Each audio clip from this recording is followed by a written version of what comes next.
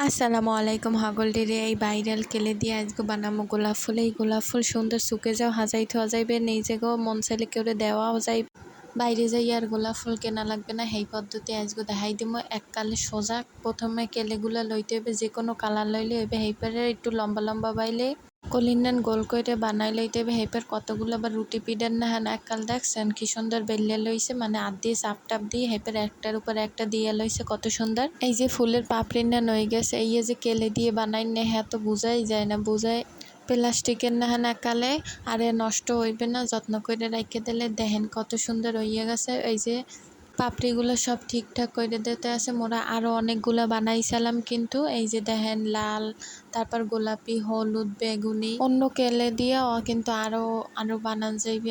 দেখছেন কতটা সুন্দর লাগে। আর কেমন লাগলো ভিডিওটা অবশ্যই জানাইবেন। সবাই like comment share follow subscribe করবে। 1 মিনিটের মধ্যে একদম বানান যাইবে গোলাপ ফুল, এত সুন্দর। টাটা সবাই রে, ভালো থাকবেন হগলডি।